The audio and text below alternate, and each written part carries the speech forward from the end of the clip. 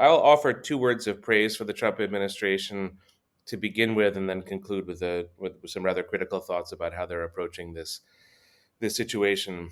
I think that the Trump administration has a core insight into the war, which is correct, that neither side is going to win, and neither side is going to win entirely in its terms. What we were talking about Mhm. before is relevant. I don't think Ukraine is going to get all of the guarantees it wants, and Russia's certainly not going to get all of the territory that it wants. And so, if neither side is going to win, you know, in a way, the mood is let's wrap it up and get to the end phase as quickly as possible. And there's something, I think fundamentally reasonable about that. Secondly, unlike many European countries, I think the Trump administration is willing to do it messy in Ukraine.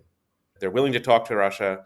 They're willing to concede a few points to Russia. They're willing to compromise on a few issues. And that's, I think fundamentally correct. If you are going to get to an end phase with this, it's not going to be clean. It is going to be messy. And I sort of admire how comfortable the Trump team is with that, and would recommend that Europeans think about messy diplomacy, because it's probably the most suitable to the situation. Doesn't cheer me to say that, but it's Right. something that I observe. Now, on the other hand, I think that the Trump administration approach, seems to me fundamentally misguided in a couple of ways.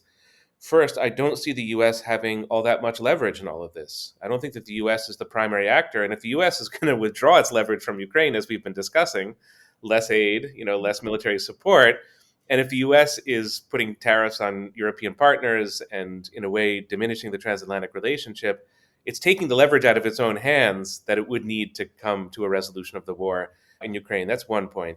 Another point is the process is incredibly chaotic. And Mhm. that may have worked in certain other situations, Armenia, Azerbaijan, Israel, Gaza. I don't want to sort of dismiss it across the board, but I don't think it's working here because there are so many pieces to the puzzle. And so there's very little consultation with Europe, which is a major actor. There's a certain tendency to dictate terms to the Ukrainians, who are in the middle of the fight and have a lot of agency themselves.